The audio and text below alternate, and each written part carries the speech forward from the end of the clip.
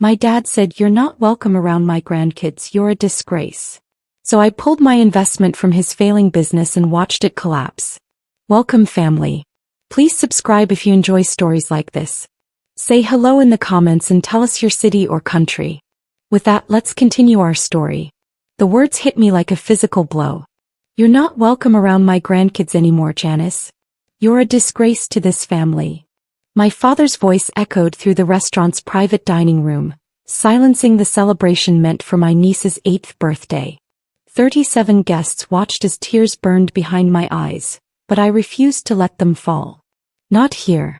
Not in front of everyone who'd spent years whispering about how I'd abandoned my roots by building my tech consulting firm instead of staying close to home. The smell of untouched cake mixed with expensive perfume made my stomach turn. I'd driven 6 hours, rearranged 3 client meetings, and spent $2,000 on gifts for Kay because she was my world.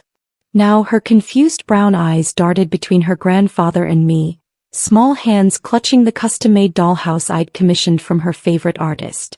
"Daddy, why?" My brother Kevin didn't even look at me. His wife, Crystal, smirked into her wine glass. This wasn't random cruelty. This was calculated. My mind raced back to last month's emergency call. Dad's construction company, the one that had sustained 3 generations of our family, was hemorrhaging money. He'd begged me to invest $250,000. My entire savings from 5 years of 18-hour days and sacrifice. I'd wired it within 24 hours. No contract. Just trust. Just family. Now I understood why Crystal had been so friendly lately. Why Kevin suddenly wanted business advice. They'd been planning this. "Your lifestyle is inappropriate," my father continued, his voice dropping to that preacher tone he used when he wanted to sound righteous. "We've tried to overlook it, but Crystal brought something to our attention that we can't ignore." My heart hammered. What lifestyle? I worked constantly, had maybe 3 friends, and spent weekends helping at the youth center. Crystal stood up, phone in hand, her smile sharp as broken glass. "Should we tell everyone about San Francisco, Janice? About who you were really meeting at those business conferences?" The room temperature seemed to drop. I had been to San Francisco 6 months ago for a consulting summit. I'd stayed an extra day to visit museums, walk the Golden Gate Bridge, and yes, have dinner with someone. My stomach twisted. They'd been watching me, following me, investigating my private life like I was a criminal. "Her girlfriend," Crystal announced, letting the word detonate. "Janice has been lying to everyone. Living a double life while pretending to be the perfect Christian daughter." Some gasped. Others whispered. My mother stood frozen by the dessert table, her face unreadable. This explained everything. 2 weeks ago, I'd politely declined to invest more money into Kevin's business expansion. Really just him wanting to open a 3rd car dealership he had no ability to manage. Crystal must have hired someone to dig into my life. Found Sarah. Sweet, brilliant Sarah, who taught kindergarten and volunteered at animal shelters. The woman I'd been terrified to introduce to my family because of exactly this reaction. "Get out," my father said quietly. "Take your gifts, your money, and your shame somewhere else. We don't need people like you corrupting our family. People like me." The phrase hung in the air like poison. I was still the same Janice who'd tutored Kevin through college. Who'd co-signed his first business loan when banks wouldn't touch him. Who'd spent every Christmas and Thanksgiving being the glue that held this family together after Mom's cancer scare 3 years ago. I'd sacrificed relationships, opportunities in other cities, and countless personal dreams to stay close to them. And this was my reward. I stood slowly, legs shaking but voice steady. "Hey baby, I love you. Never forget that." My niece burst into tears as Crystal pulled her away. "Don't talk to her," she hissed. Kevin finally spoke. "You should have been honest, Janice. You made your choice." "Made my choice?" I'd hidden who I was because I knew they'd react exactly like this. Because I valued their love more than my own truth. What a fool I'd been. As I walked toward the door, my Aunt Ruby grabbed my arm. She was my father's older sister, 72 and sharp as ever. "This isn't about who you love," she whispered. "Your daddy's been taking money from Kevin's accounts. They needed a scapegoat before you started asking questions about your investment." I sat in my car for 20 minutes, hands gripping the steering wheel until my knuckles went white. Aunt Ruby's words played on repeat. Taking money. Scapegoat. Questions about your investment. My phone buzzed. A text from an unknown number. You should check the business account activity. Look at March through May. A friend who actually cares. I drove to my apartment on autopilot, mind spinning. Once inside, I opened my laptop with shaking hands and logged into my investment portfolio. The $250,000 I'd wired to Dad's business account should have shown clear allocations to the construction company's operational costs, equipment purchases, and payroll coverage like he'd promised. Instead, I found a different story. $75,000 transferred to an account under Kevin's name the same week I'd sent the money. $50,000 to something called Crystal's Boutique LC. Another $30,000 to a vacation property rental company. My investment, my life savings, had been divvied up like party favors within days of clearing. The construction company had received barely $80,000, most of which had gone to paying back personal loans my father had taken from his business. The rest? Gone. Vanished into their personal spending while the company continued its death spiral. I felt sick. They'd used me, then thrown me away. My phone rang. Kevin. I almost didn't answer, but curiosity won. What? Look, Janice, don't be dramatic. We're still family. Come apologize to Dad tomorrow and we can work this out. Apologize. The word tasted bitter. For what exactly, Kevin? For being gay or for not giving you more money to steal? Silence. Then his voice turned cold. Watch yourself. You signed nothing. That was a gift, remember? You can't prove anything. He was right about one thing. I'd been stupid enough to send money without proper documentation because they were family. But he was wrong about proof. I'd kept every text message, every email, every voice memo from Dad's tearful calls about saving the family legacy. Here's what's going to happen, I said, surprised by the steel in my own voice. I'm hiring a forensic accountant Monday morning. I'm documenting every dollar of my gift. And then I'm deciding what legal options I have. You'd sue your own father? Kevin sounded genuinely shocked. As if family loyalty was supposed to flow only one direction, toward them. You humiliated me in front of 30 people because I fell in love with a woman. You stole my money. You turned my niece against me. What exactly do you think family means, Kevin? I hung up before he could answer. My hands were still shaking, but now it was rage, not fear. That night I couldn't sleep. I kept seeing Kay's confused face, Crystal's triumphant smirk, my father's cold disgust. Years of memories crashed over me. Every time I'd put their needs first. Every sacrifice I'd made to be the good daughter. The business opportunities I'd turned down because Dad needed help. The relationship I'd ended at 25 because my partner wanted to move away and I couldn't abandon family. Monday morning I sat across from Desiree Thompson, a forensic accountant whose reputation for finding hidden money was legendary. Her office smelled like vanilla and old books, and her eyes were kind but sharp. Tell me everything, she said, recording device ready. I laid it all out. The initial call from Dad, claiming the construction company was struggling due to late payments from clients and supply chain issues. His promise that my investment would be returned within 18 months with 15% interest. The wire transfer I'd made trusting his word. Then I showed her what I'd found. The suspicious transfers. The shell companies. The timeline that showed my money vanishing into their personal accounts while Dad's business continued drowning. Desiree's expression darkened as she scrolled through the bank statements I'd managed to access. This is textbook financial elder abuse, except reversed. They preyed on your family loyalty. He paused, looking up. How old is your father? 62. And his mental state? Sharp as ever. This wasn't confusion, Desiree. This was calculated theft. She nodded slowly. Good, because we're going to need that clarity when we build your case. This wasn't a gift, Janice. This was fraud obtained through false pretenses. They told you the money was for business expenses and diverted it for personal use. That's actionable. Over the next week, Desiree dug deeper. She found that Dad's construction company was even worse off than I'd known. He owed back taxes, had defaulted on equipment loans, and faced 3 separate liens from suppliers. My phone wouldn't stop buzzing. First came the guilt trips. Mom's texts. How can you do this to your father? After everything we sacrificed for you. Everything they'd sacrificed? I'd put myself through college with 3 jobs. Paid my own way through every certification and advanced degree.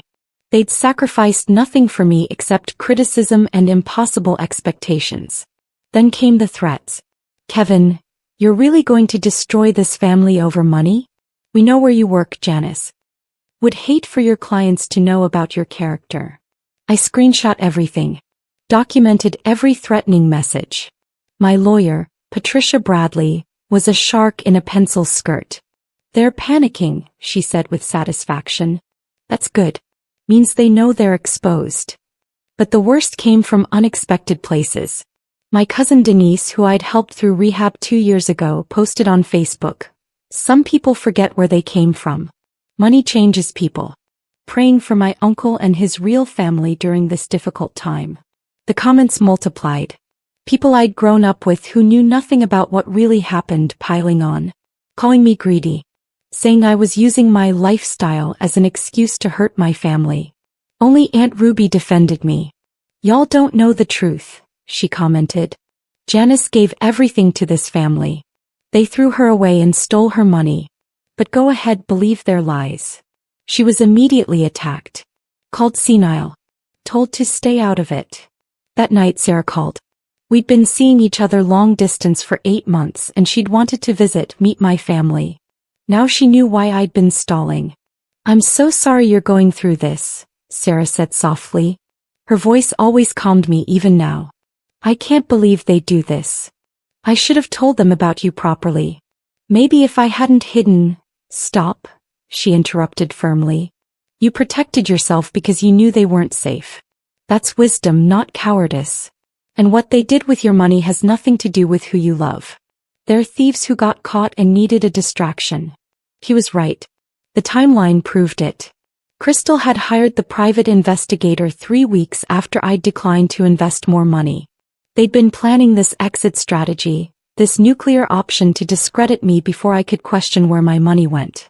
2 weeks later, I sat in a conference room across from my father and Kevin. Their lawyer, a nervous young man who kept adjusting his tie, had clearly advised them to settle. Dad looked older somehow. Smaller. He wouldn't meet my eyes. We can pay you back, the lawyer began.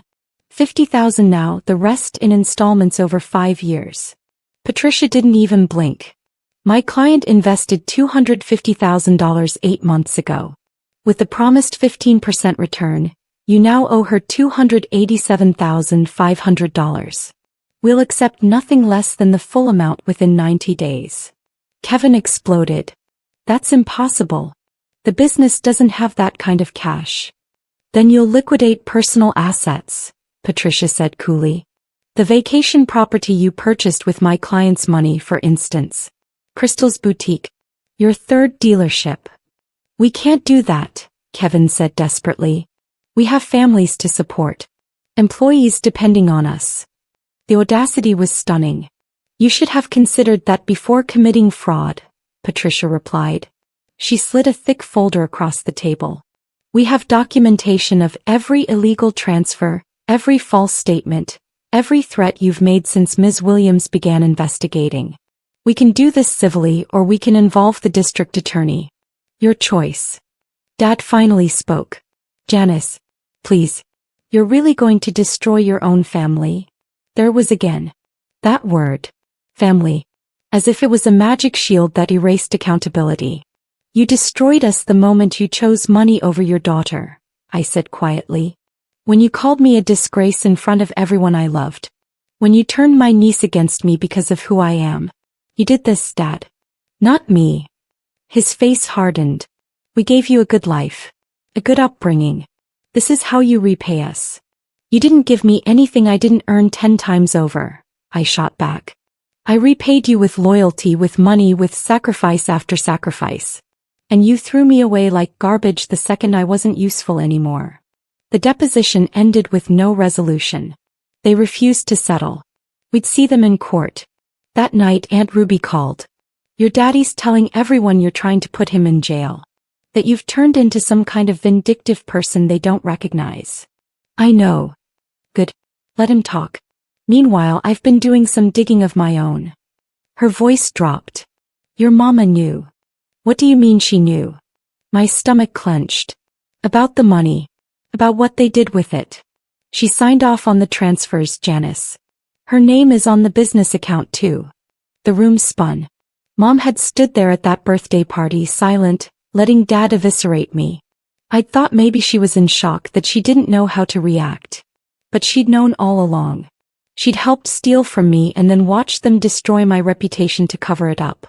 She called me yesterday, Ruby continued. Crying, saying she feels terrible but she had to support her husband. That you'd understand eventually because marriage means standing by your spouse. Even when they're wrong. Even when they're cruel. That's what I asked her. She said sometimes love means making hard choices. I laughed but it came out broken. She chose wrong then. She chose a man who'd sacrifice his own daughter to save his pride. The next day I got a call from Kay's school. Crystal had told them I was unstable, and to call the police if I ever showed up. I was banned from school property, from attending any events, from being near my niece. The restraining order came 2 days later. Kevin claimed I'd threatened him during our deposition. A complete fabrication. Patricia fought it immediately but the damage was done. The order was temporary but public. More ammunition for their social media campaign about the dangerous sister who'd turned on her family. I stopped reading the comments. Stopped checking Facebook. Stopped caring what people who didn't know the truth thought of me. The trial began on a Tuesday in October. The courtroom smelled like floor polish and old wood, and the judge, a black woman in her 50s named Harper, had a reputation for not tolerating nonsense. Desiree testified first, laying out the financial trail with devastating clarity. Every transfer, every lie, every misuse of my money displayed on screens for everyone to see. Dad's lawyer tried to claim it was all a misunderstanding, that my investment was always meant to be flexible, that family businesses operated differently than formal corporations. Judge Harper interrupted. Counselor, are you seriously arguing that verbal promises about business investments aren't binding? That families are exempt from basic financial ethics. Not exempt, Your Honor, but nothing. Continue, Ms. Thompson. Desiree showed the vacation rental Kevin and Crystal had booked in the Caribbean 3 weeks after receiving my money. Showed the luxury SUV Crystal bought. Showed Dad paying off his personal credit cards while his business payroll bounced. It was damning. Devastating. Impossible to spin. Then Patricia called me to the stand. I'd been dreading this moment. Seeing my father sitting there stone-faced. Mom beside him, dabbing tears that felt performative now. Ms. Williams, Patricia began gently.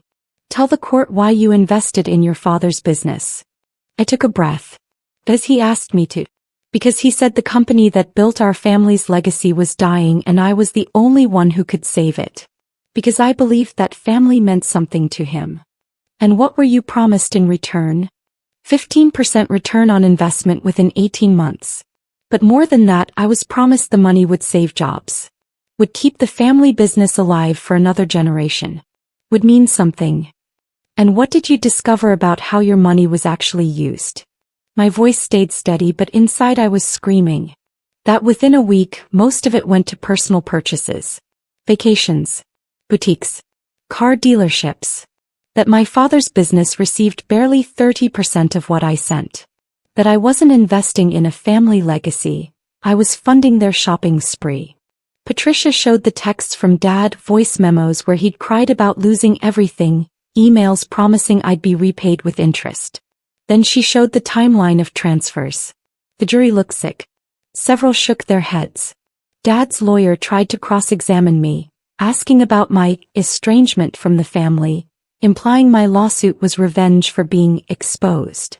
You felt humiliated at that birthday party, didn't you? He pressed. Yes. Angry. Heartbroken. Angry enough to lash out financially? Patricia objected, but I was already answering. I didn't lash out. I investigated. And I found theft.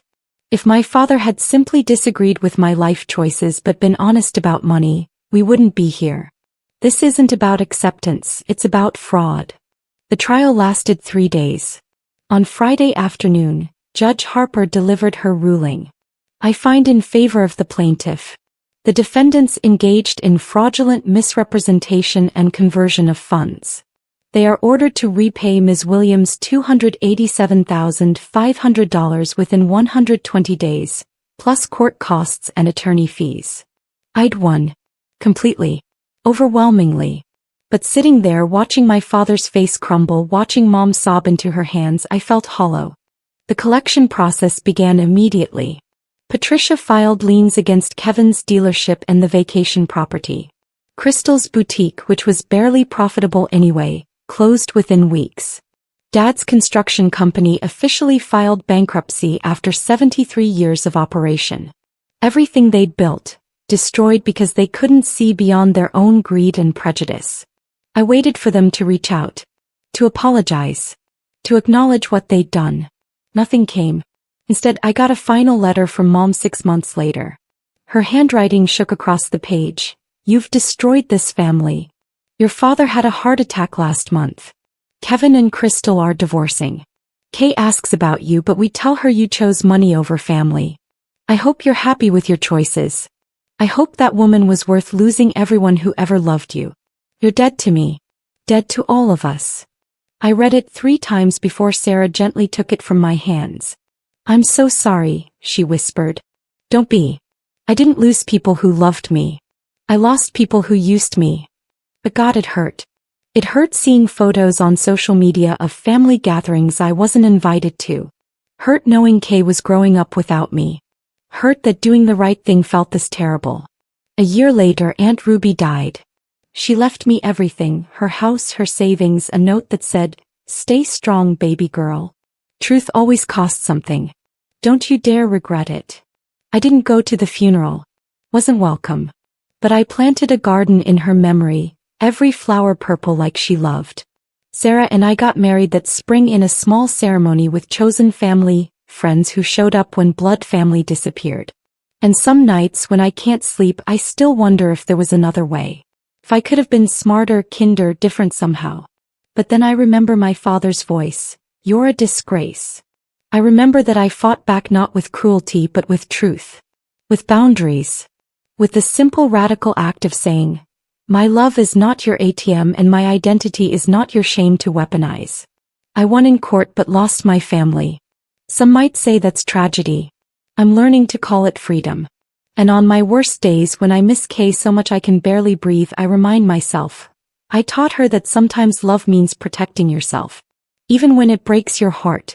Especially then. I just hope someday when she's older she'll understand. That her Aunt Janice didn't abandon her. She just refused to let hate and greed define her worth. And maybe that's the only victory that really matters. If this story resonated with you, please like, subscribe, and share your own experiences in the comments below. Have you ever had to choose between family loyalty and self-respect? How did you find the courage to set boundaries? Your story might help someone else who's struggling today. Don't forget to hit that notification bell for more real-life stories about overcoming family toxicity and finding your own path. Remember, you are not obligated to set yourself on fire to keep others warm. Sometimes the most loving thing you can do is walk away. Thank you for watching, and remember, you're never alone in this journey.